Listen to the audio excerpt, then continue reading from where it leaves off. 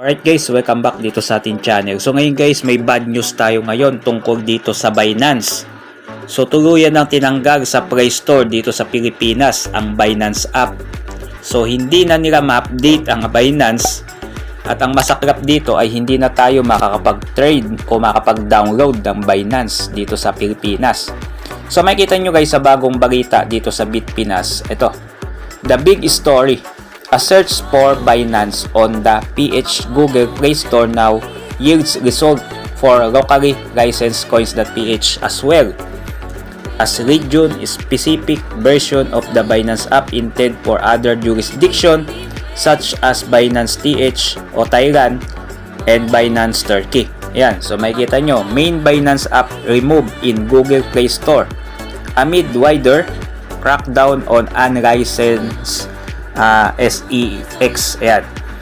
So dito guys, hindi na tayo makakapag-update ng Binance pero na-open pa naman natin yung Binance, no? Yung Binance app natin. Kaya lang hindi na siya updated. Lumalabas na doon sa app kapag in-open ninyo, may update version na nakalagay. Kaya lang pag kinontinue ninyo yung update version ay hindi na siya makikita sa Google Play Store, no? Hindi nyo na makikita. Then, itong balita na to ay talagang nalungkot ang lahat ng mga trader na gumagamit ng Binance, lalo na yung mga Binance user, no? At yung ibang mga nagtitrade gamit ang Binance app. Kahit yung website guys, hindi natin ma-access. Kapag naka-data ka sa Wi-Fi, yung dati na-access, ngayon is hindi na sa Play Store, no? Pero sa sa website, possible pa din yata kayo makapag-trade. So hindi natin alam no kung possible pa din or check nyo na lang guys, no. So ito po, ayan, unang balita to kanina 3 hours ago.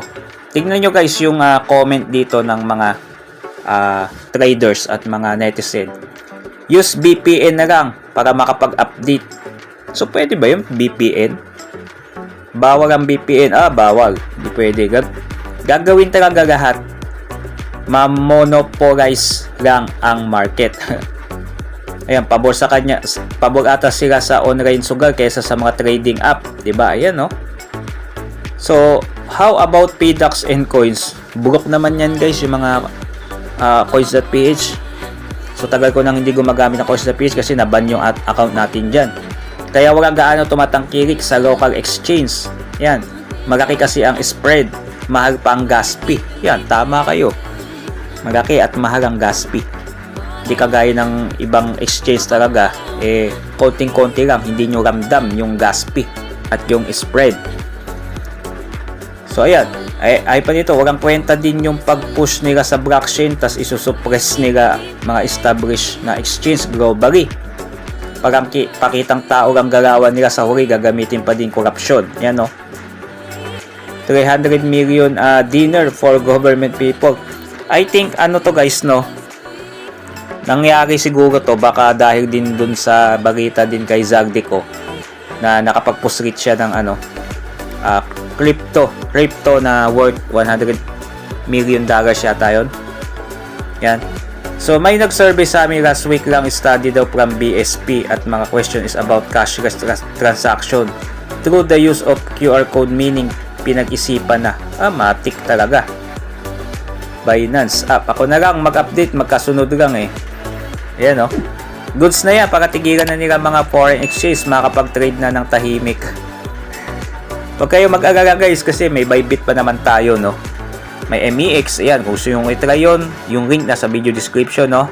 Sign up lang kayo dyan, hindi pa naman yan natatanggal sa Play Store.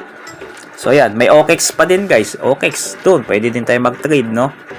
So yun lang talaga guys, mahirap lang talaga dito sa atin sa Pilipinas. Pag madami talaga na inggit yan yung mga local exchange natin dyan sa global exchange.